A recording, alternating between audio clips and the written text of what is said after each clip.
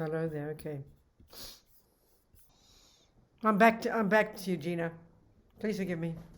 Okay, Yep. people. Good. So let's just start with our, again, just remind ourselves of our motivation. That's it. Just remind ourselves.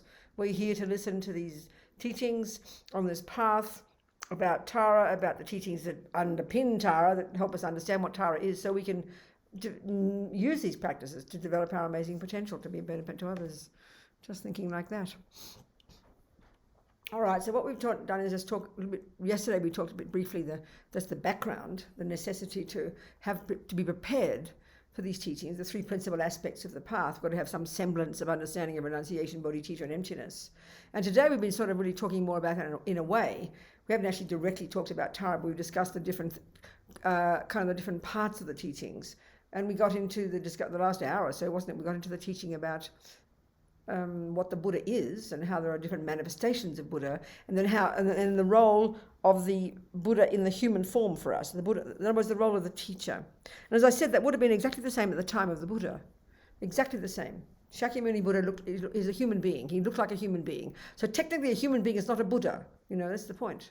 A Buddha doesn't need a body, but they manifest in bodies looking like you and me to help us. So that's what we're discussing. So the other thing to talk about is one of the commonest questions. I know people ask, well, who is Tara? Who is Chen? Who is Yamantaka? Were they people at some point? What are these, who are they? So first of all, as we said, they're depictions of different manifestations of different qualities of mind, basically. I mean, it really is literally psychology, but at another level, a different dimension. So then the thing is, if you look at it, I think an easy way to think about it, Tara she represents certain qualities. You have to learn it. You don't know what it means until you learn it. But she's very every single thing she's holding, everything she thinks she's looking, the whole energy, the whole thing. It's like a visual language. It all means something. And so, one way of describing that is that all these different variations of the Buddha in the Vajrayana teaching, hundreds of them, probably thousands. We know just a few, we practice just a few of them. They're just, as I said, they're manifestations, they're depictions of different qualities, and by practicing them, we cultivate those qualities. So then it's a bit like, okay, was Tara a person? We hear there are stories about how eons ago there was this person who vowed she'd become a Buddha, she'd continue to become a Buddha as a female. All those stories are very nice, I'm sure. And I don't know many of them, I'm afraid. But I think a practical way to think about it is if you decided, you hear about tennis and you want to know what a tennis player is. Well, somebody would draw a picture for you. Think about this. They draw a picture of a perfect tennis player. But it wouldn't be a person. It would just be a generic view of a perfect tennis player with all the right muscles and the right shape and holding the tennis racket in the right way. Everything would be a perfect picture of what you would become if you became a tennis player. So that's the idealized, it's the idealized tennis player. But it's not a person, it's just a picture. It's just a representation. So then you need to learn tennis. You need to find a person who has those qualities, don't you? And that's the person. So what you do is, in other words, you'd put Federer's face on it. Well, Tara's like that. Chen is like that. Don't try to think, well, who was that person at some point in history who became Tara? Countless people have practiced tennis. They've become their own Federer, So countless people have practiced Tara. Countless people have learned to identify with being Tara, and through practicing Tara have actually become that Buddha. So then, to make it personal for you, when you visualize Tara, you visualize your teacher as Tara. That's the way to make it personal. There's a statue of Vajrasattva, who's kind of Vajradhara is the kind of the tantric aspect of Buddha, really, the tantric aspect of Buddha. And then Vajrasattva is a version of Vajradhara. And there's a statue in Dharamsala, there's a small gompa there, called the Vajrasattva Gompa, where people do annual retreat every year, 3 months. And that began because when people started doing Lamrim courses at Kopan Monastery in the 70s, and then Lama Yeshe, the next step would be those who've taken refuge, the people who wanted to move further, they would then go and do a 3-month Vajrasattva retreat. It's one of the kind of the classic preliminary practices that people would do, recite 100,000 of those mantras to prepare them to go, to purify karma and go to the next stage of their practice, and so be able to take another empowerment in Tantra. So Lama Zopa commissioned a local artist to do a life-size statue of Vajrasattva for that Gompa, but he made them put it in the likeness of Lama Yeshe. So it's a bit shocking in a way, because you see this blissful Vajrayana aspect of the Buddha in union with his consort with Lama Yeshe's face, you know. He's a monk. It's just kind of a shocking, because Lama Zopa was his effort to try and get Western students to get into the habit of thinking of the Buddha as the guru. This is something we could spend the rest of the time talking, and I don't think I will, but it's something that initially sounds very peculiar, but it's got incredible meaning. Because we need a person. I mean, you know, you can't just look in a tennis. You can't just look in videos. You can't just read tennis books. You need a real person in front of you, who is like the personification of tennis for you. That's the guru. I mean, this is why it's so interesting. I mean, you know, Wendy's point this morning, as soon as it gets, or even Stephanie's point, as soon as it gets into religion, we get superstitious and think about cults. Nobody accuses Stephanie of being in a cult when she has this incredible faith and confidence in her, what's she called? What's the word? Advisor. What's that term when you do a thesis? Whatever she said. It was my advisor. Yeah, advisor, that's right. So, I mean, in music, if you're completely devoted to your music teacher, nobody gets nervous. I mean, Wendy would not get nervous about doing that. You know, when you have a mentor at school, you look up to that person. It's sort of such an obvious thing, I think. It's something so obvious. But as soon as it gets into religion, and we can see the drama, we can see all the cults, if you like. I mean, you listen to the recent, I mean, you listen, I read about this documentary on Scientology. It's just completely fascinating how people can get locked into a certain view and then become fanatic about it. I mean, that's exactly what Stalinism was. Anybody's like, but it doesn't have to be religion. This person getting stuck in a view, and then you get fanatic and follow. I mean, you look at North Korea. I mean, virtually they've got complete guru devotion in that man. I don't know his name, the boss of North Korea, you know. So there's something. I mean, look at Hitler. I mean, I remember that movie. That movie made by that amazing German movie maker. She was said to be quite a radical. She was quite amazing when she made that documentary about Hitler made in the 1930s. But destroyed her career from there on because it was about Hitler, you know.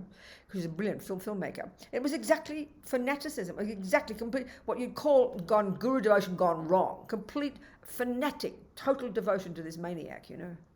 It's very fascinating. It's fascinating. And it's not just religion, though. That's the whole point. We've all got that tendency. Anybody in a relationship with a person who's a fanatic, who's a complete obsessive fanatic, who imprisons you and enslaves you and tells you to do what they say, that's common in relationships. You know, no one calls you being in a cult. They say you're a victim of an abusive husband, you know. But it's a common thing. When you become a victim, you don't see things properly, you revere a person, you become afraid of a person, you know, then they beat you and abuse you. This is really common human nature. It's delusions, you know. Anyway, blah, blah, blah.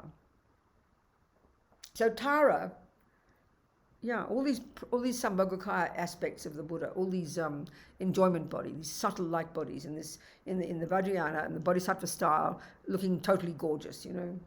And in the sense they're all the same, but they all got different qualities. And we all know when you do those practices.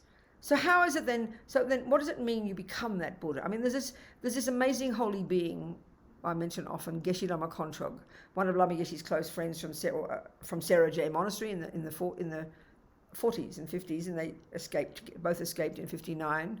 And then Geshe Lama Kontrog was, you know, a great scholar and a great yogi. And then when he left, he went straight up to the mountains, right up in the mountains in Nepal, on the outer edge of Nepal, in the area called Tsum, close to the border of Tibet, where Milarepa had meditated in the 11th century, whatever it was, 12th century or something, in this cave of the doves. He spent many years up there in caves. And basically he was this great tantric yogi. So what is a tantric yogi, you know? A yogi who does all these meditations, who's done all the earlier work, who's got concentration, who's done all the junior school, high school, university, got bodhicitta, understand emptiness, and then is practicing this, you know, based on his concentration, practicing, training his mind to become the Buddha.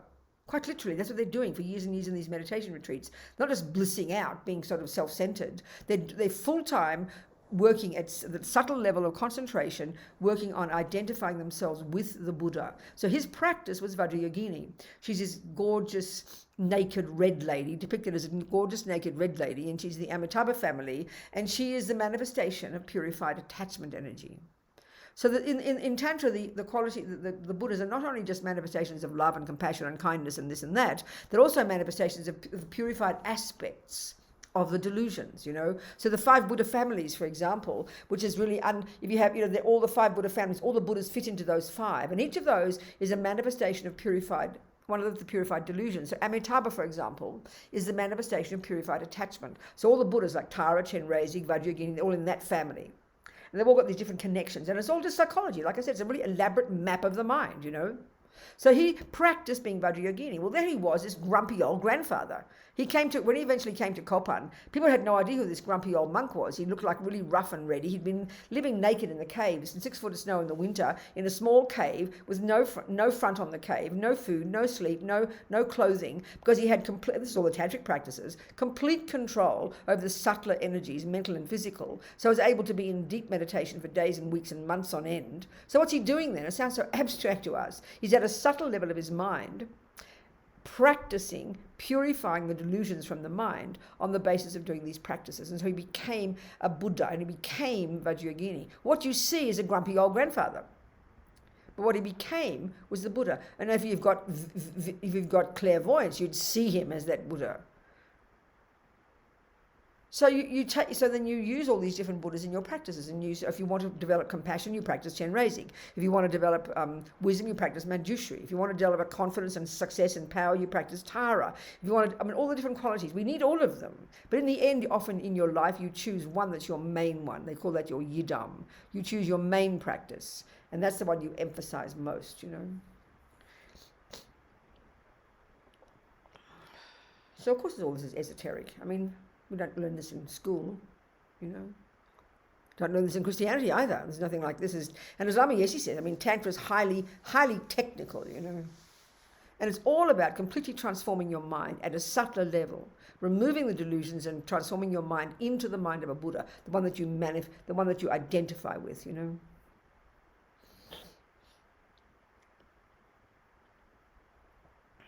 So did I finish the discussion? We talked about the teacher one. Of course, it's a difficult one for us. Of course, it's a minefield. But when we really think about it simply, it's not that complicated. It's not something we're not familiar with.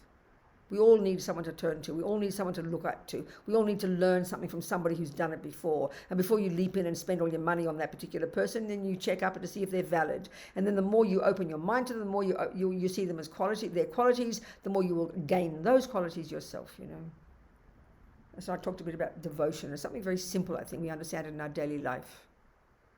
But of course, as Pabonka says, you choose your guru very carefully. I'm sorry, you're going to end up like them.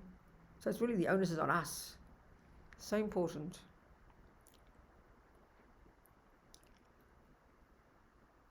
So it's interesting. I remember a friend of mine, Paula, an American woman, who's done several long retreats, 2, 3 year, 4 year retreats, And she said, when I interviewed her in Mandalay years ago about her very first retreat, she did it, I think, in Vermont, at Milarepa Center, 4 year retreat or something, Tantric retreat.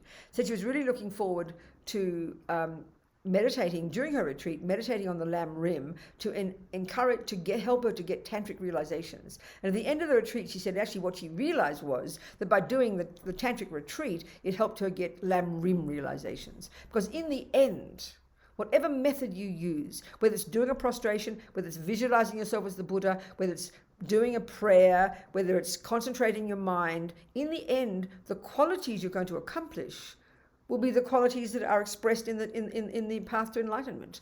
Renunciation, understanding suffering, understanding the causes of suffering, giving it up, understanding emptiness, understanding bodhicitta. They are what you become. So whether you look like a gorgeous red naked lady thinking that way, or you either become Tara or Yamantaka, or you manifest, any form you manifest in the end, what you've got is wisdom and compassion. That's it. They're your qualities. That's what a Buddha is. It happens to be in the Lam Rim, and that's, there are different levels of practicing that.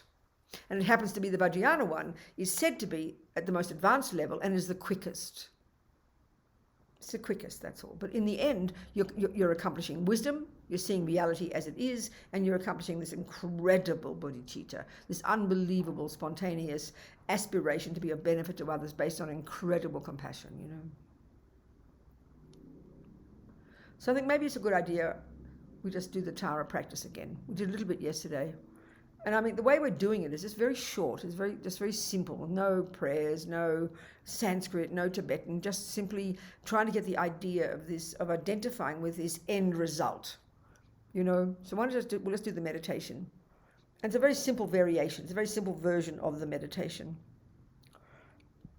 Like we did yesterday, briefly. We'll just do it a bit more extensively now. So what it is really is just a summary of the entire path to enlightenment. First of all, you visualize Buddha outside you and you're an ordinary person. Then you visualize purifying, and then you visualize the Tara coming into you, and then you visualize you are the Buddha, and then we'll finish the meditation today. We did a bit yesterday but didn't do this bit. We then imagine we're going to purify and transform all other sentient beings, lead all other sentient beings to Buddhahood. So because every thought counts, then they leave imprints in the mind. It's very powerful, Venerable Robina, do you want any images up of Tara before we start? We're good for now?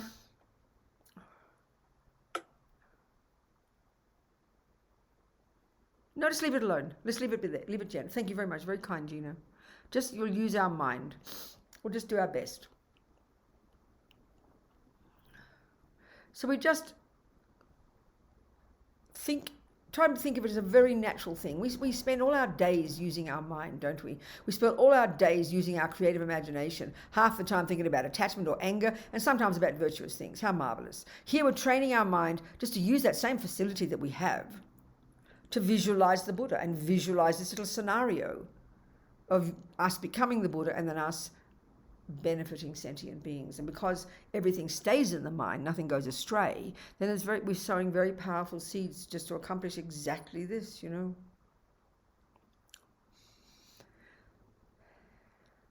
So we just visualize, we imagine in front of us, just imagine the manifestation of all the Buddha's qualities, all the wisdom and all the compassion are all there in all of them, but this particular shape and color and size, particular aspect, of the Buddha, an aspect.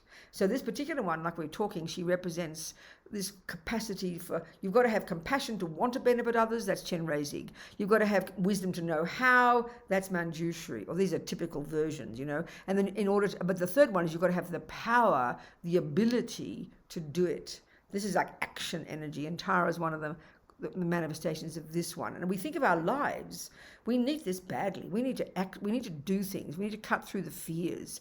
She represents fearlessness, she represents courage, optimism, action energy. We all badly need that, So by doing these kinds of meditation, even just in daily life, they can be very supportive of developing that courage and self-confidence that we need. So there she is sitting in the sky in front of us, radiant green light body. Green, I think, sometimes is like action energy, very quick. And often the female deities, they represent quick energy, cutting through, quick, sharp wisdom energy, So she's sitting in front of us. Do our best. If we're familiar, if we're not familiar, just do your best. Imagining this energy in front of us, this personification of all these marvelous qualities that we want to accomplish. So you just visualize her there. She's got this green light body, and this is called the Bodhisattva aspect. This is Sambhogakaya, this enjoyment body, the Bodhisattva aspect. And it's not the Buddha style. She's not looking like a Buddha. Like a monk. That's the sutra teachings in the first stages of practice. She's this gorgeous, beautiful, gorgeous looking person, with silken rainbow clothes around her legs. Like her left leg is drawn in like ours, as if she's in meditation, but her right leg is out, resting on another little multicolored lotus. She sits on one, and then her right leg is resting on one in this very relaxed pose, sort of ready to hop up and help sentient beings. She's not in the total meditative one. And on the lotus that she's sitting on, there's a sun disk and a moon disk, which represent wisdom and compassion. Everything's made of light. So then her face is totally gorgeous. This aspect of the Buddha, they all say they're in the prime of their youth. They're all about sort of gorgeous looking and young and beautiful and radiant.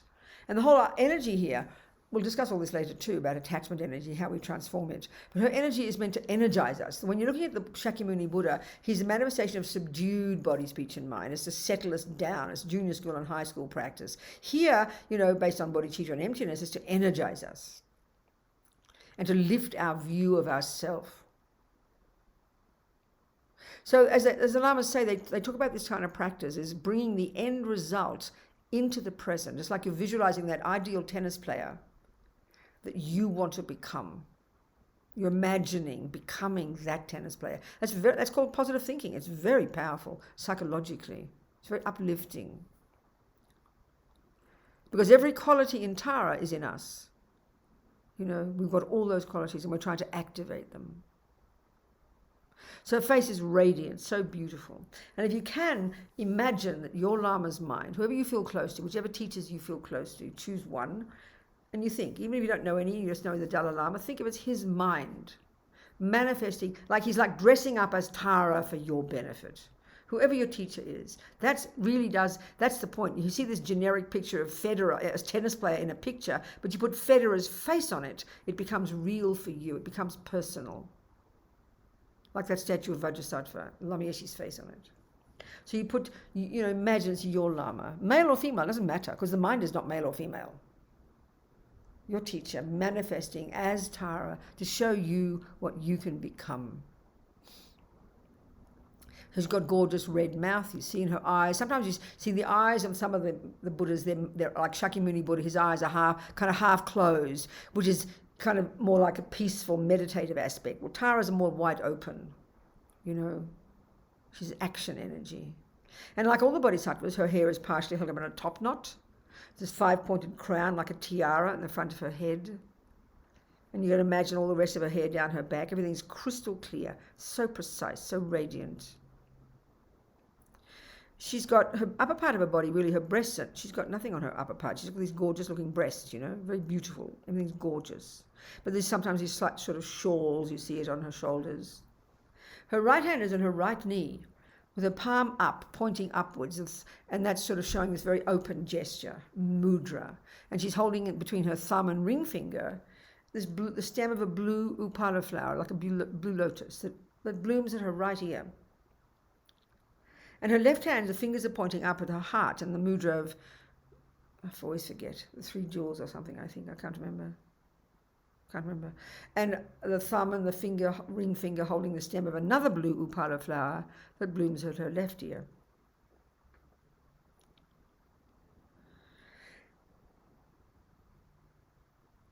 And so, then you visualize she's got jewels, like you see it on her ankles and her wrists, her upper arms and her ears and her throat. And try and imagine just totally radiant, totally gorgeous, and try and really feel it as personal, not just some abstract concept. Personal, this subtle light body, and the manifestation of all the perfect qualities of a Buddha in the particular aspect of this green female power, success, confidence, fearlessness. And the more you feel it personal, the more real it is for you. And there's this wish, we're trying to become this. This is the point of all the practice. We're trying to become this. So again, we just visualize it from her. And we can do this with any of the Buddhas. This is a variation of the theme. It's the same visualization, really. But in this case, it's Tara. So next step, we do a little bit more. We now visualize that from her heart, she sends beams of light out to the universe. And this hooks the energy of all the Buddhas in the universe. And all the energy of all the Buddhas in the universe come back with this light and absorb into her heart. And now it's like she becomes real. You imagine, this is called inviting the wisdom beings. She becomes real. She's this amazing, actual. And as if you had clairvoyance, you could actually see her, And this subtle body manifesting to benefit us.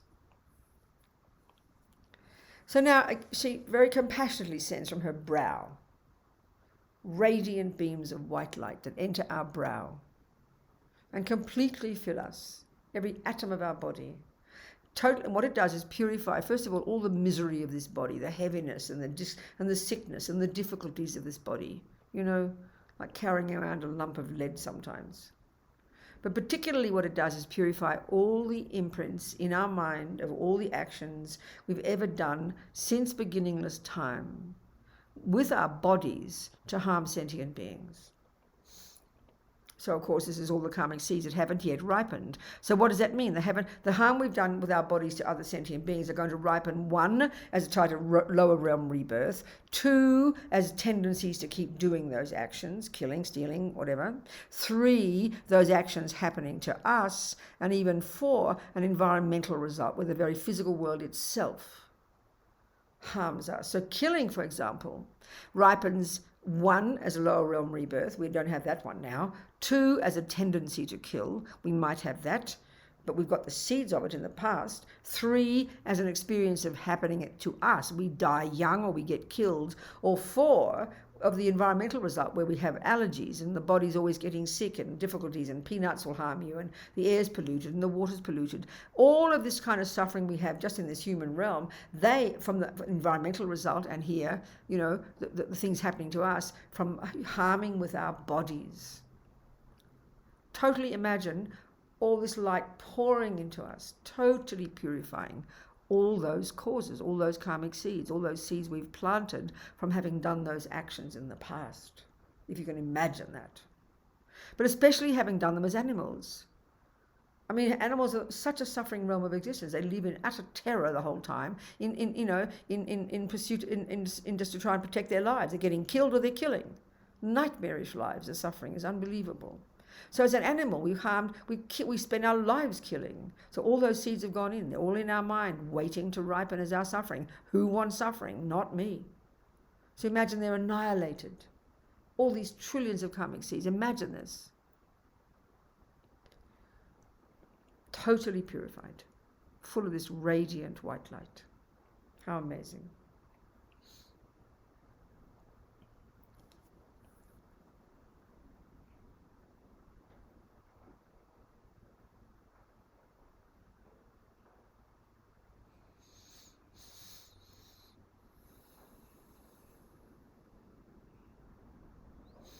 And then Guru Tara so compassionately sends again the white beams from her brow that penetrate our brow and fill us completely with this laser light, this white light. This time manifesting now and able to manifest our marvelous qualities. First of all, right now, just imagine that it's only possible to ever benefit sentient beings with our body. Imagine this, just right now. Just this body can only benefit others. Can you imagine this? Whoever sees me, hears me, touches me, talks to me, smells me, tastes me, can only be benefited just by the presence of my body. Can you imagine this? How powerful, how marvelous. But not only that, also activating the karmic seeds we have due to all our practice on the Bodhisattva path, our ability to effortlessly manifest, when we're a Buddha or even Bodhisattva, manifest in countless bodies at will in different realms to be of benefit to sentient beings for as long as time exists. This is what Buddhas do all the time. So imagine this, full of this power, amazing, such that we can benefit countless sentient beings just with bodies, with our bodies. Full of this blissful white light, this amazing potential.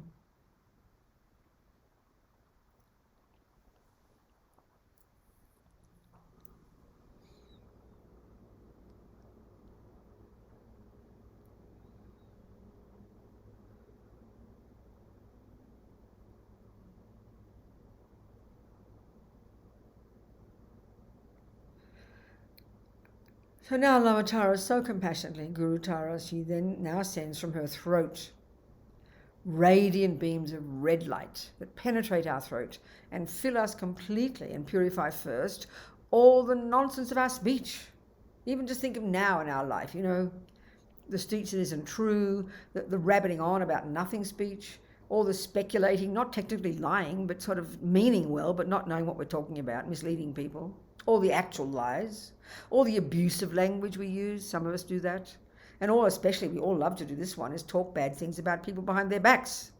We spend most of our lives doing that, thinking it's virtuous, with all our opinions about the politicians and the next door neighbour and our auntie and the colleagues at work and the people in the Dharma centre.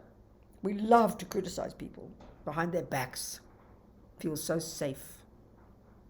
All of this, we're purifying this. We're purifying all this right now, and we're purifying all the karmic seeds we've planted from having done all this in the past. And of course, this is human karma. Animals, they can make a few noises. They don't harm too much with their speech. It's us humans, us clever humans.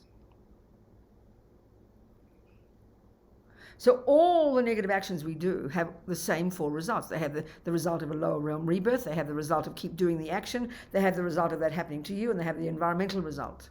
So, abusive speech, for example.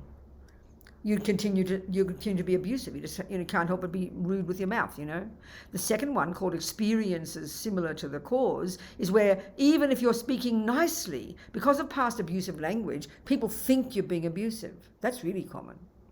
Let's say lying.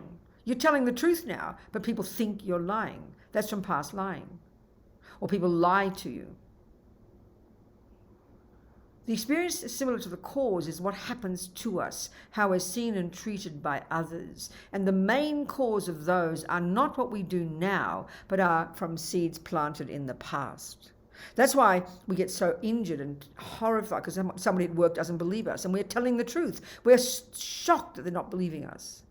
But I'm telling the truth, we'll say. Yeah, but that's got nothing to do with it. You tell the truth now, which is the habit from telling the truth in the past, one lot of karma. But you have another lot of karma from not telling the truth that now is manifesting as people not believing you. This is the commonest way we suffer so badly in our lives, called experiences similar to the cause.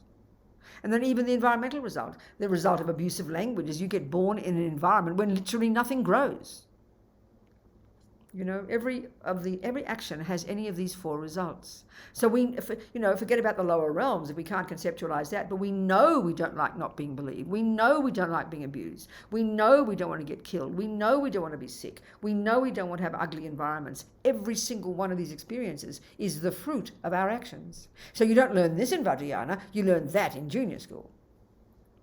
So here, with that enthusiasm, when we visualize this, we really want to purify all that. So we imagine we are purifying all of those causes. And we're talking of the speech here. And purifying all the karmic seeds in the past from those actions such that they won't ripen in that way. We put atomic bombs under those tendencies and under those karmic seeds. This red light filling us, completely purifying all of these causes of suffering that we will experience because we are sick of suffering. Full of this blissful red light coming from Lama Tara, who only wants to help us, who only wants to help us purify. That's her job. Infinite love for us, infinite compassion.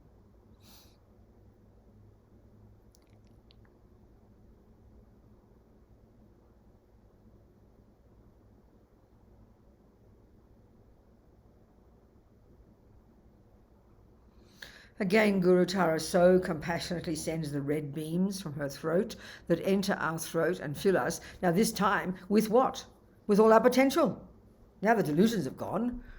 With what's called the power of speech. This is the main gift of the Buddha. As I said before, yesterday, you can look at 27 Buddhas every day and get very happy. But until they open their mouths, until you hear their words, until you read their words, you don't have the methods. So this is the most powerful gift of the Buddha, and therefore the most powerful gift we can give to others. But the very first level of practice in junior school is don't give fancy words to people yet. Just shut your mouth and don't say negative things. That's the first stage. Just back off and don't say bad words. Now, on the Bodhisattva path, we can imagine that we can now actually say words that are useful to others. How incredible. So imagine full of this incredible potential, such that any sound we utter can only be of benefit to whoever hears it. Even our laugh. Even saying good morning, it'll be whatever sentient beings need at that moment. That's the power of speech. Not to mention, of course, the actual knowledge of the Dharma, giving people direct methods, So full of this marvelous potential of the power of speech to be of benefit to sentient beings, to lead every single one to enlightenment. Full of this marvelous potential. But not even just that, think of in day-to-day life. We need speech to survive. We've got to ask for things in a shop. If people don't like you and they don't listen to you, you won't get what you need. We have to get people to do what we want sometimes. If we've got children, we have to give them instructions. If people don't value our speech, for example, if from past gossip, just rabbiting on, one of the karmic results is no one pays any attention to your talk. They don't even hardly hear your words. Your words have no weight, no meaning, no power. We know that one. How distressing it is. Imagine though now the power of speech. Every sound you utter. And how do you get this? You get this especially from purifying negative speech, but from ceasing negative speech, watching your speech like a hawk, and from reciting mantra. And we'll discuss that later. And speaking virtuous words. That's what makes your speech powerful. So imagine this, full of this radiant red light, this marvelous potential.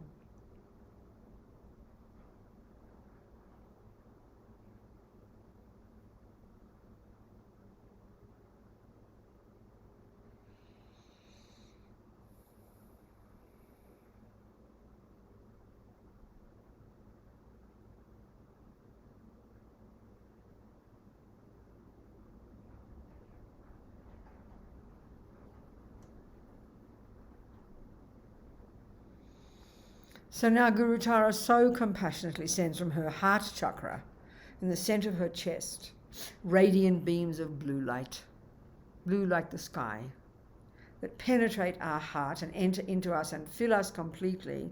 And this time, purify the source of all the problem, the source of why we have bad things happen to us, the source of why we do bad things with our body and speech, which is causing our own suffering, which is the mind.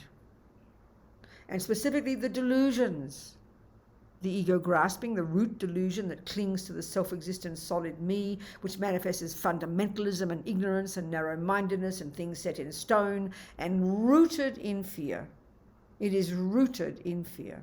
And then it gives rise to this fanatic, obsessive vampire in us called attachment, which is this junkie, frantic to get what that fantasy I wants every millisecond, which then gives rise to aversion and fear and panic and anger and depression and despair when it doesn't get what it wants, and all the other 83,997 ridiculous, deluded states of mind that Buddha has identified. All of these, the cause of suffering, annihilated. Can you imagine? Full of this radiant blue light.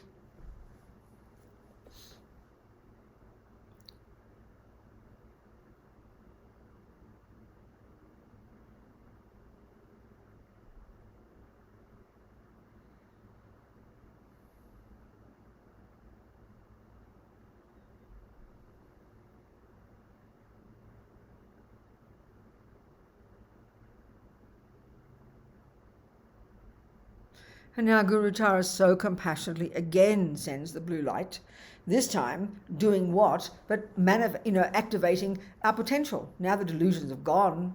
What else is there? And this is the logic of it. What else is there? Once the delusions have gone from your mind, what's left? Your virtues.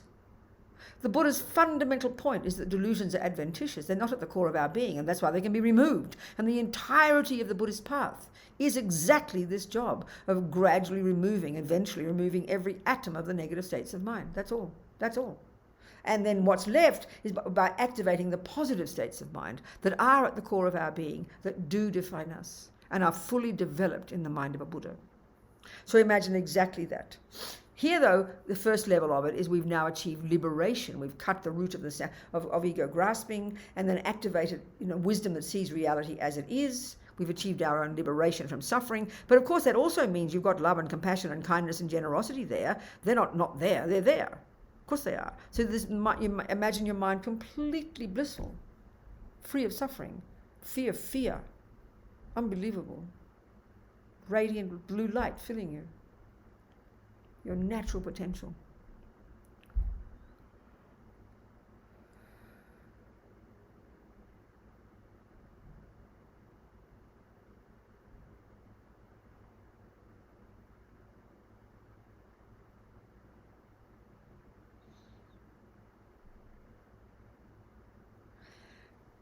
So this time, now we've achieved liberation, think that way. But we want to do more. So on the basis of entering into the bodhisattva path and activating bodhicitta, we then also can, we remove even the subtlest imprints from our mind. We now remove what they call even the obstacles to omniscience.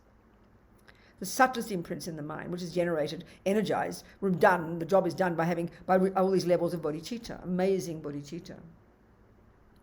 And now we become Buddha. So this time, the three lights together. White to the brow, red to the throat, blue to the heart. Lama Tara so compassionately, so happily sending these lights out, entering into our three places. And this time, activating our Buddhahood. How incredible. Imagine this, want this.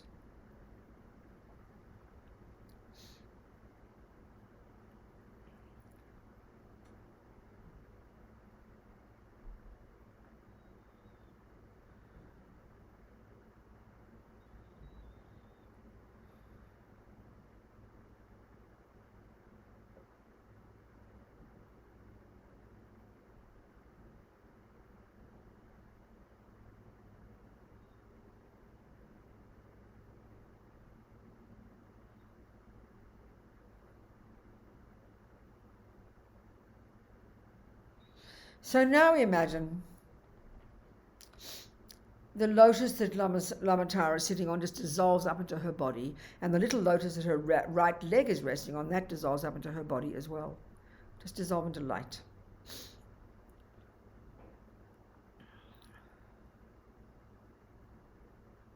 And you imagine now she very happily comes to sit above our crowns, facing the same way as us.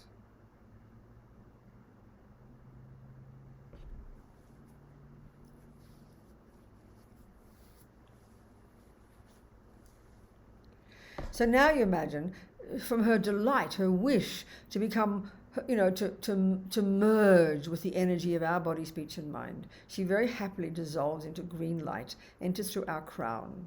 Imagine this. And then imagine you become completely full of the energy of the body, speech, and mind of Tara, the body, speech, and mind of your Lama, and your body, speech, and mind. They all merge, becoming, Lama Yeshe would say, becoming union oneness. Completely imagine the energy of your body, speech, and mind have become oneness with the energy of the body, speech, and mind of Tara and the Guru. All three, same thing, can't be separate. Just imagine this. How marvelous. So now, just for a minute or two, kind of imagine that you expand to fill the universe. This blissful, radiant, pure, enlightened energy. Just vast as space. Completely imagine, blissful, clear, vast, limitless, perfect. And no thoughts. No thoughts. Just bliss out. Imagine for a minute or two. No thoughts.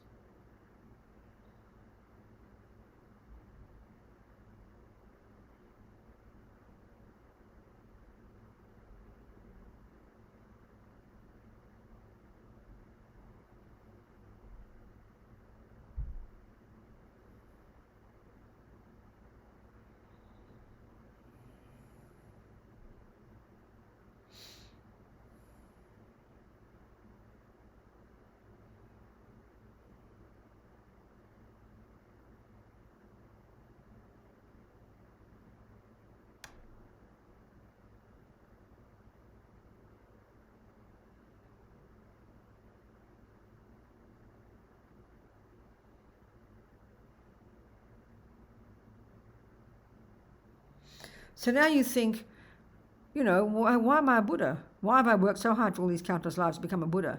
What's driven me is compassion. That's it. We can't even imagine the level of compassion of the body and the Buddhas and Bodhisattvas, That's what's driven me. So now I'm a Buddha. What's my job? I have to benefit others. That's my job, So imagine in front of us. First of all, we imagine all the sentient beings in the form of frenemies, ends, and strangers. There's no fourth category. For enemies, frenemies. Enemies, friends, and strangers. There's no fourth category on this planet, in the universe. There are all the sentient beings who are the object of our aversion. We can call those enemies. We mightn't call that term, but you think about it. They're the objects of our aversion. Even as the people who irritate us slightly, whom we don't like, all the way to the ones who really harmed us. the objects of our anger, right in front of us, eyeball to eyeball. Even just the particular person you're having problems with now, put them right there. But imagine all the others are there as well. And then to the left, your beloveds, the objects of your attachment. The ones, we feel close to, we go towards. Friends, object of attachment. Imagine this in front of you, to the left.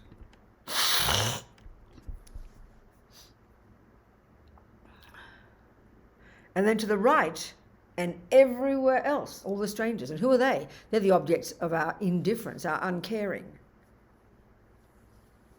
And why? So why do we have attachment for the friends? Because they do what we want. Why do we have aversion for the enemies? Because they don't do what we want. And why do we have indifference towards all the rest? Because they do neither. This is the universe. Everybody in the universe has these three categories. And we never question it because it's so normal. Well, Buddha's questioning it. Completely deluded. They're just fabrications made up by our absurd mind. So all the strangers, imagine all the rest of the sentient beings of the universe, which is, 0.0000. I mean, we are just the tiniest percentage, and this is all the rest, 99.999% of the sentient beings, all the strangers. In all the realms of existence, imagine, but in the human form, which is the form they can get enlightened in.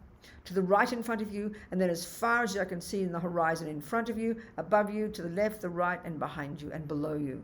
The whole of the universe full of all the other sentient beings, the strangers, in the form of humans, all experiencing their own particular sufferings of their own particular realms. Imagine this.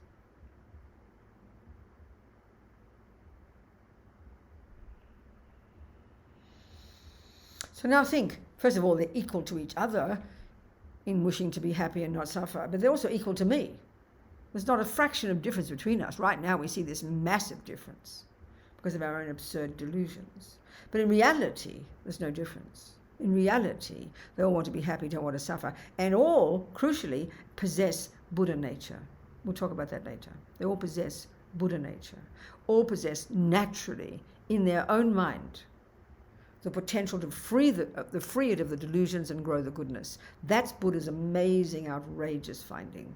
Every single sentient being possesses that potential, just by definition, by being a mind possessor, by having a mind. That's what gives the courage to the Buddhas and Bodhisattvas to never give up, because it's the potential is there in everybody. So we now think of all these beings, and we become a Buddha because we have compassion for every single one of them, without exception. So we've got to now imagine benefiting them. So we think from our hearts now, we visualize sending out billions of tiny green taras from our Tara heart. If you've received initiation, you can see yourself as Tara. If you haven't, you visualize Tara at your heart, okay, in your own regular body. So we visualize sending out, and first of all, we send them out to the enemies, to those who've harmed us, to those we don't like, who irritate us, annoy us, upset us. They're all objects of aversion. We first send the Taras into their hearts, see it go into their hearts, wanting this, and we take away all their pain, all their suffering, all their delusions, and all the imprints of all the harm they've done to sentient beings. So happily, taking their suffering away. This is the action of practicing compassion. May you be free of suffering. And we visualize they are free of suffering.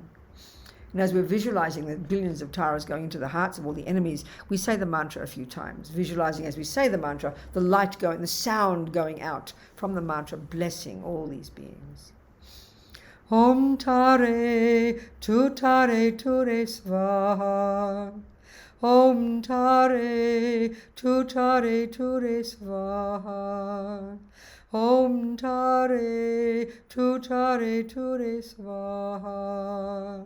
Om Tare, Tu Tare, Ture Svaha. Om Tare, Tu Tare, Ture Svaha. Om Tare, Tu Tare, Ture Svaha.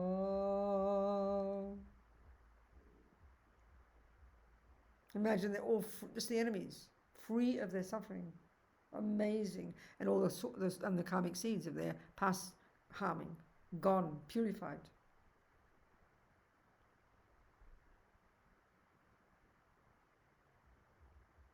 And now the friends and all the strangers too, we could have done them all together, we'll do them separately now. All the friends as well, all the strangers. Think of all now, Tara's going out again into the hearts of their friends and the strangers, the whole universe. Entering into their hearts, taking away all their pain, all their suffering, and all the causes of it, which is their past actions.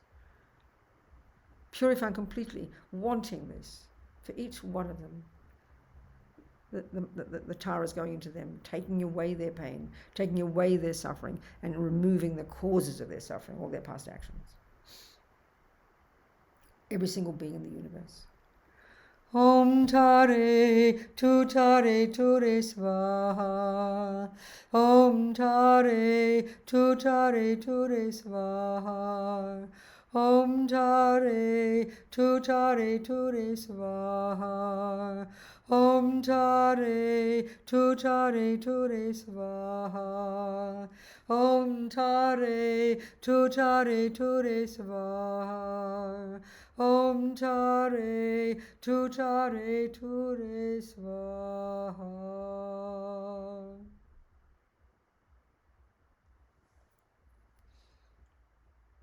All the billions of beings, their suffering gone.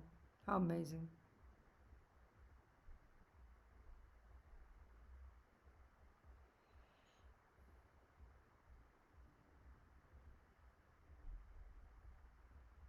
So now imagine again the billions of Taras going out from our heart, all the directions, entering into the hearts, all the strangers are surrounding us and below us and behind us and to the sides, as well as the friends and enemies in front. Entering into them, and this time all of them together, giving them everything they need. This is called giving them happiness. This is love. Compassion is may you not suffer. And what we just did was attempt to imagine taking away their suffering. And now this is a practice of love. May you be happy. We visualize that they receive everything they need. Just right now, whatever they need, health, food, safety, calm, clothing, things, whatever they need, giving it to them. Imagining this. Not only that, now we visualize, as we keep visualizing, we now imagine turning every single one of them into Tara. They actually achieve their own Buddhahood. Imagine this, want this. All of the friends, enemies and strangers, pervading the universe, going out from our hearts, trillions of Taras, giving them this. Om Tare Tutare Ture Svaha. Om Tare Tutare Ture Svaha. Om Tare Tutare Ture Svaha. Om Tare Tutare Ture Svaha. Om Tare Tutare Ture Svaha. Om Tare Tutare Ture Svaha. Om Tare Tutare Ture Svaha.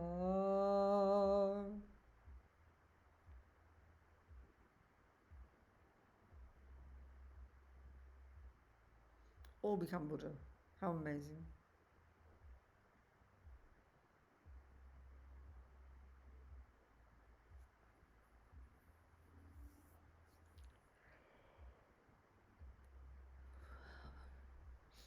So one more visualization. This time, now they're all the Buddha, they're all become Tara. So now we're going to make bucket loads of offerings to Tara. Billions and billions we send out from our heart. Every imaginable beautiful thing, all the objects of the universe that make people happy, all the sounds, all the smells, all the marvelous food, all the beautiful objects, all the jewelry, all the things, all the valuable things, all the precious things, pouring out to all these billions of Taras. We visualize making countless offerings to all of them, making their minds so happy. They don't need things, but just they're blissful because of the fact of our giving, and these objects make them blissful. Imagine this. Om Tare Tutare Ture Svaha. Om Tare Tutare Ture Svaha. Om Tare Tutare Ture Swaha. Om Tare Tutare Ture Swaha. Om Tare Tutare Ture Swaha. Om Tare Tutare Ture Swaha. Om Tare Tutare Ture Swaha.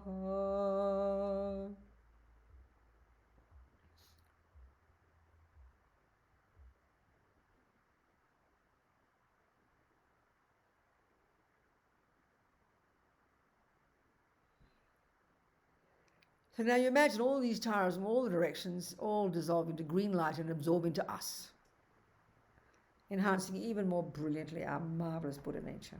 Just imagine that.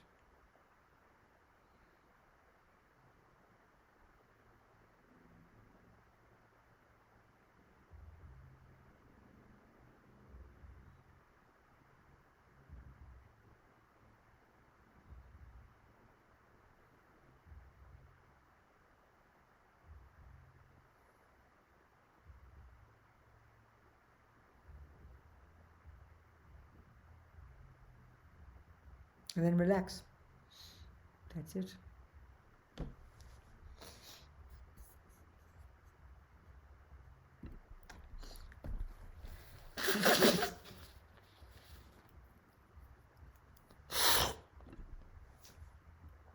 So the way we think in the West is we've just done this nice fantasy, you know, we think it has no value. We don't, you see, this is very fascinating. We don't value simply what we think, all our little private thoughts. That's why we think I can think what I like. We can have the most bizarre fantasies. We think nothing's important. It doesn't matter, you know. So what that means, that's a nihilistic view, because the Buddha's view is every tiny thought, none of them go astray. Every tiny thought sows a seed. So this is why when we begin to understand karma in junior school, that every millisecond of what we think and do and say has value. And is either negative, it'll sow seeds, or to continue that habit in your mind. It'll pollute your subtle energies. It'll manifest in the future as sickness, manifest in the future as suffering, manifest as lower realm bodies, and manifest as things bad. I mean, so this is the fundamental point behind karma in Buddhism. And this really takes us time to think about it, which means our mind, every thought counts. Just like if you're a gardener and you have handfuls of seeds and you chuck them on the ground and you say, I can do what I like. Of course you can. But seeds bring fruits. So you'd better have enough knowledge to know which seeds you're planting. That's the attitude. And this is first cultivated at the level of junior school karma. And this then pervades the rest of the teachings. It's implied in all the teachings. So when we understand that really well and really harness the energy of our body, speech and mind, because we don't want future suffering, and now we go to the compassion when we want happiness, we want to help others, then everything we say, everything we do, everything we think, we really know it counts. Not just for us, but for others. And by the time we get to Tantra, this is informing our ability to understand these practices. We just did the entire Lam Rim visually. We just imagined the entire path to enlightenment. Our being ordinary, Tara coming into us, and then our purifying, all sentient beings and leading them all to Buddhahood. We just done that. We sowed the seeds for that. It is stupendous. It really takes us time to think like this. We think, oh, you know, so what? Have fantasies, green ladies and compassion. Oh, yeah, might get a bit weepy, have compassion for a few people, then back to normal. But we don't realize that everything we think and do is programming our mind. In the same way, we understand when you sit down at that piano for 1 hour, you know it has value. You know that you're training your mind to become a pianist. Well, that's exactly what every single practice in Buddhism is. It's a training. You're training your mind to become Tara. You're training your mind to become the Buddha. Every tiny thought you have counts. That should make us very happy. But because we're so addicted, this is our trouble, because we're addicted to the status quo, because we're addicted to being this pathetic Robina who's overweight and depressed and angry and no one loves her and she's no good, we think that's real, but we think this visualization of Tara is not real. Well, what's real? Real is whatever you think and do. So if you visualize yourself as the Buddha, you're lifting your heart. It's huge, it's profound. You know, it's really marvelous. And this gets us to try and understand the way they think, and from the Tantric psychological point of view and the Tantric philosophy. So that, one whole, in all the way through the path, the fundamental teaching about why we suffer is that our delusions cause us suffering. They're misconceptions. We see things in the wrong way. We act in the wrong way. We speak in the wrong way. And we think in the wrong way, thus producing our future suffering. And the key there is we see everything mistakenly. That's due to the root delusion, which is, when we have to, that's why we have to realize emptiness, which we'll think about. But this is hugely important in Tantra. So the other approach they talk about in Tantra, the way we suffer, is of course due to ignorance. That's always the same. But there's an added way they say it. Due to countless lives of negativity and suffering, we see everything as very mundane. Our mind is very concrete, very stubborn, very solid, very set in stone. That's why we think I'm real, but Tara is just some fantasy, So what we're training to do in Tantra is lifting our game, lifting our view from trying to stop identifying with a set in stone, concrete, permanent me, and trying to identify with our future potential and to lift it to become more transcendental. So when you take an empowerment in Tantra, you make a commitment to see yourself as the Buddha, to see everybody else as the Buddha, to see all sound as mantra, to see the entire universe, the environment as a pure land. So you're forcing your mind to look in a more to see things in a transcendental way. So this is not too cosmic for us. We know that if you're really angry with somebody, you see them as very ugly, and you only see their bad qualities. We know this. But when you start to change your mind and you start to see good qualities in them after a while, and then suddenly the person becomes a brand new person. I mean, we know this is true. That's because you've changed your view. All those good qualities were there before, but we didn't see them. So we know it's to do with our view. So all we're doing with Tantra is doing it in a more radical way. We're learning to see ourselves right now as the Buddha with a subtle green light body in complete bliss and understanding reality.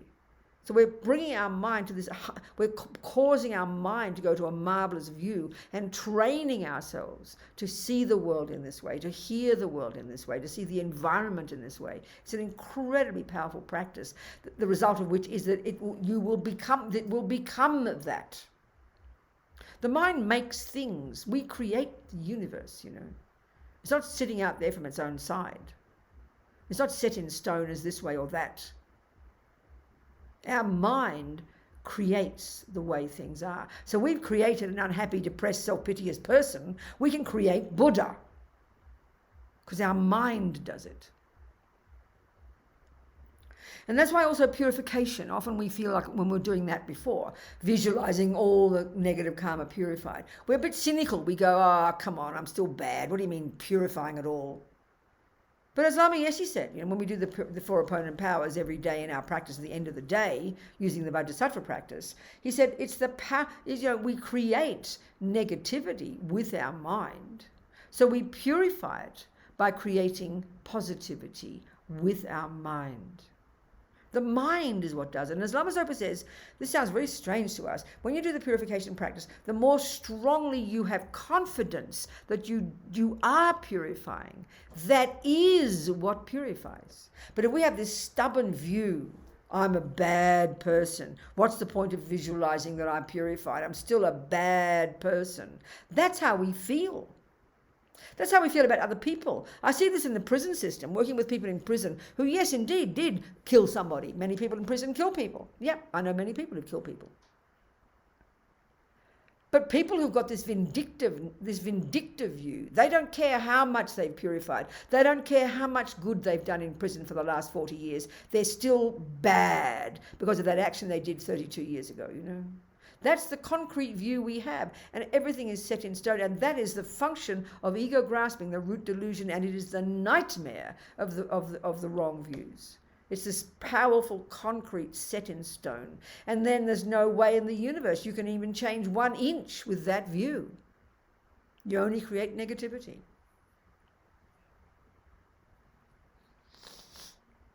The mind creates us as a Buddha. The mind creates you as the piano player. We kind of know that. We know you rely on Bach's music, you rely on Steinway's piano, you rely on a good teacher, but you do the work of transforming yourself into a musician. Well, that's exactly what Buddha's saying about us becoming a Buddha. We do the work. We become our own Buddha. And it's our mind that does it. And why is this possible? Because the delusions are not set in stone. This is what's amazing about Buddha's findings. I mean, this is something that's shocking for the Western psychology. There's no view in modern psychology or neuroscience, is there, that you can get rid completely of anger. As far as we're concerned, it's a component of the brain, and we know you can't pull bits of the brain out. We tried that in the 30s, and we called them lobotomies.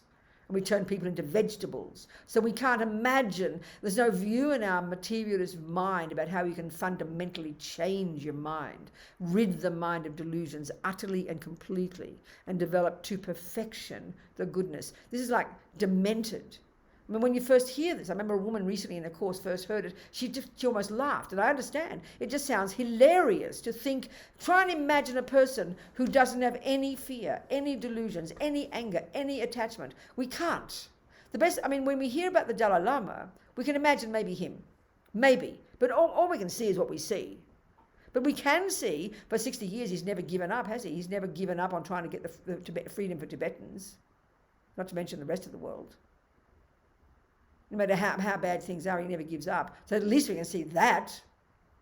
It's kind of confident making. And this is what you study in high school, in the mind.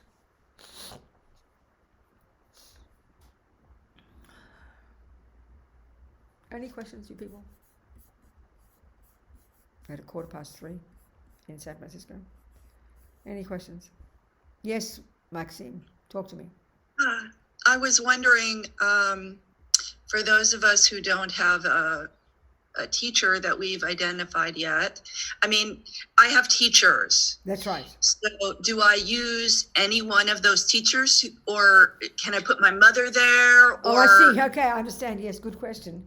I understand, Maxine. No, I think here, the person to put here, listen, if you just use this analogy of tennis, and and we're doing a visualization of the perfect tennis player. You get, that's all we're doing here. We're doing a perfect visualization of a perfect Buddha, but a particular style of Buddha.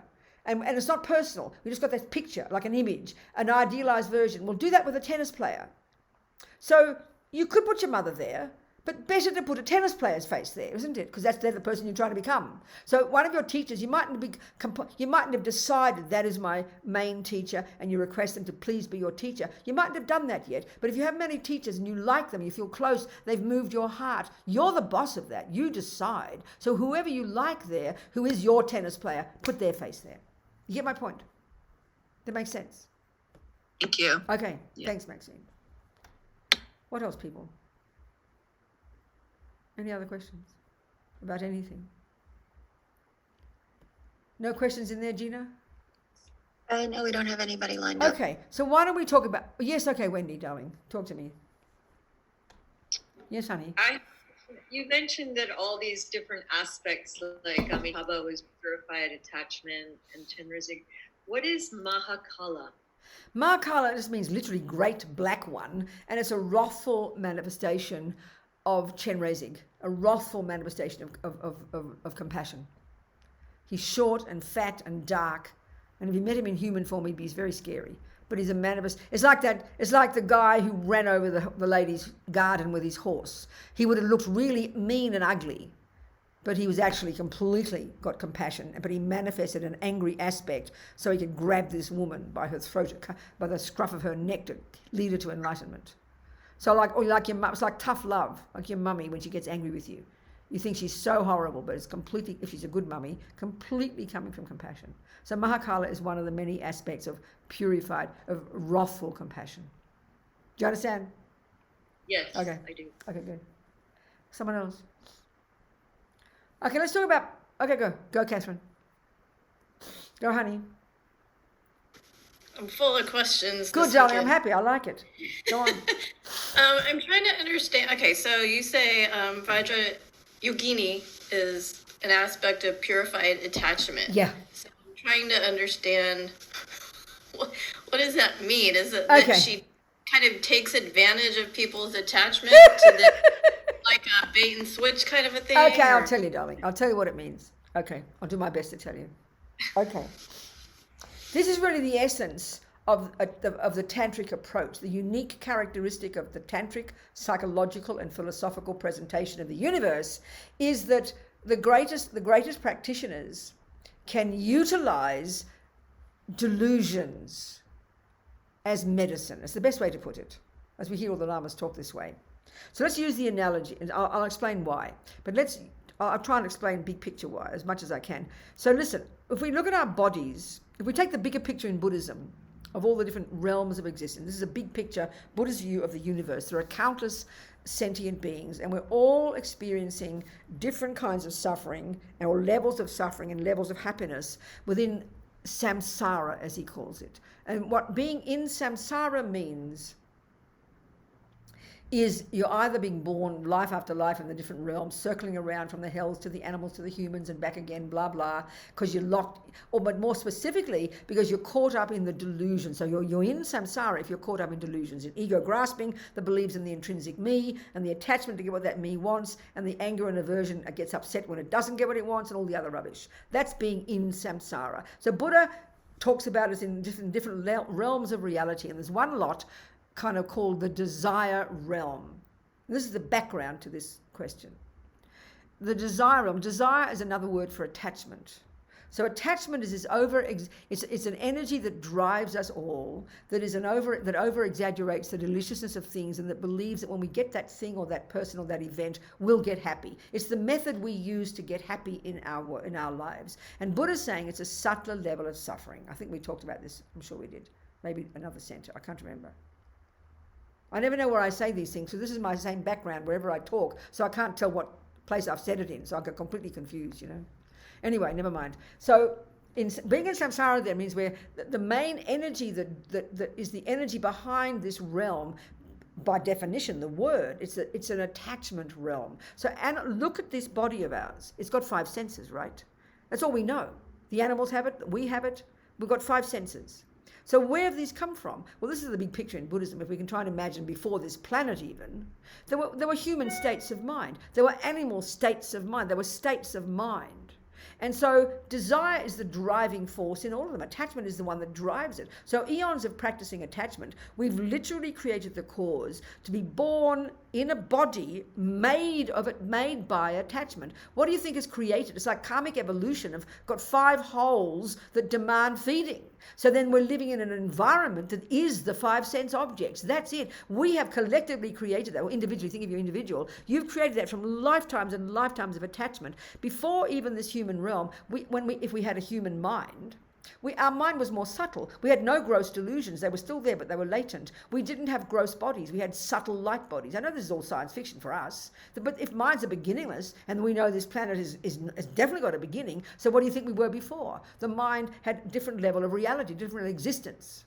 So we're more subtle, and our mind was more virtuous, and we can get enlightened more easily. But gradually, that began to diminish, and attachment began to slowly grow and manifest. So that literally reconfigured all our subtle physical energies. It slowly manifested as we get born on a planet looking like a bunch of apes with 5 senses. So we are driven by attachment. So these great tantric yogis and these Indians, before the Buddha found this, that there's a way that you can utilize this energy. We can utilize the attachment, and we can utilize the subtle physical energy of the mind. So this is what it's just highly, as Lama says, it's highly technical. So let's talk about attachment. At the very first level of practice in junior school, entry level, grade 1, where Buddha says back off and control your body and control your speech, what he's saying is we're driven by attachment and the other delusions, so don't follow them. So at least control the servants of your attachment and the servants of your anger. So don't kill, don't steal, don't lie. That's the first level. So if you take the simple example of an object of attachment, like a chocolate cake, keep it simple. The first level of practice, you leave the cake on the plate. No choice, because attachment is so berserk that you go crazy if you eat it. And attachment's out of control. So you've got to control the servants of attachment first. The next level, you go to the next level, high school, where you start to look into your mind and you really start to begin to understand attachment now and the other delusions. You can argue that you get, as you really develop, as you really harness the energy of your mind and you get renunciation, you're a pretty radiant, amazing person. You've really got attachment under control, not just your body and speech, but the mind itself. So at that point, you could argue you could even maybe have the cake without being too berserk, because you're under control. You've harnessed your attachment energy. Now, the next level, you get to the compassion wing. Your delusions are so subdued because they're completely, your compassion now is so enormous. Your virtue is so powerful that it's like it's water off a duck's back. You'll eat a cake, no problem, for the sake of another person, and it won't affect you. Can you get the levels of your own progress? But by the time you get to Tantra, you're so advanced. You've got renunciation, bodhicitta, emptiness. And you can engage in these practices, these highly technical practices, where you now will actively engage in a sense object. Why? And this is the point now. Why? Because when you've got concentration, when the mind is concentrated, even in the sutra practice, and you can do shamatha, and you can get single point of concentration. Lama Yeshe talks about this in his Mahamudra book. It's incredible. We can't imagine the qualities, and maybe we'll talk about unbelievable qualities of bliss, unbelievable bliss. Unbelievable bliss, Catherine. Bliss, joy, rapture, ecstasy, as Lama says, are the natural qualities of a mind that even temporarily is unencumbered by delusions. So when you've got shamatha, and Buddha says we've had it in countless lives, we've completely harnessed our crazy body, speech and mind. We've accessed a subtle level of our mind, where our mind is totally subtle. We are experiencing naturally unbelievable bliss. It's our natural state. This is just in the sutra teachings. It's just natural that when the mind doesn't have gross delusions and the mind is not conceptual and the mind is not sensory, it's naturally blissful. This is something completely natural. It's not the result of getting something. Right now, we've got to get the cake to get the bliss. We have no other method. We're such junkies. But when you've even got concentration in the shamatha, and this is even a Hindu technique, not even Buddhist, and you do this in high school if you think. Now we get to the bodhisattva path, where even now, because you're more virtuous, your mind anyways, when you're virtuous, you're blissful. Even just when you're virtuous, you're blissful, because virtues are happy. So you're subdued your delusions. So now in Tantra, the great yogis, and this is the great Tantric yogis, have found the method, to combine with concentration. When you get the concentration and you activate that bliss, you want to activate the bliss. Why? Because the bliss is occurring at a subtle level. So a Tantric yogi, in their visualization, first of all, is able to visualize, in this case, it doesn't matter, forget visualization. Because a Tantric yogi is still in a body. It is a body of the five senses, right? But they've harnessed their crazy energy. They're no longer driven by the delusions. They're completely sane and stable, right? So they're able to get concentration and actively, or even forget the concentration, they're actively able to engage, and they will consciously engage in an object of the senses, because the bliss that's energized by the object of the sense plus concentration gets the mind to a subtler level, and the Tantric methods get it to the subtlest level, where they're able to effortlessly get that. So bliss is not the goal, it's a tool that's used to combine with concentration that gets the mind to the subtlest level, and that's the goal. You've got to get the mind to the subtlest level, because then you can become a Buddha. So it's something to be used, but only a person who's given it up can use it. In other words, when you've given up attachment to chocolate cake, even as an ordinary person, your tongue doesn't fall out of your face. You don't stop your senses. You're still going to trigger pleasure. And I want to talk about that in a minute. It's so crucial to understand attachment is not pleasure. It must not have been you guys I talked. Did we talk this last night? We didn't, did we? No. Must have been I talked somewhere yesterday. Anyway, I'll talk about this. But this is huge to understand. This helps us understand Tantra. But then you're still in a body. You say you're a great yogini. You controlled your body. You controlled your mind. You controlled your speech. You've got realizations. You've got bodhicitta. You've got emptiness. Honey, for you've still got a tongue. You've still got a body. That's why you see these lamas. They're in bliss all the time. Their mind is blissful. Nothing can disturb their mind. So when they have an object of the senses, it energizes even more bliss. But because they've got concentration and they've got wisdom, they can utilize that, and in their meditation, they can get to the subtlest level of their mind. So it's totally a method. It's a tool to help the mind, and this is the bottom line, get to the subtlest level. And the Tantric methods are most powerful and can get the mind to the subtlest level very quickly. you with me?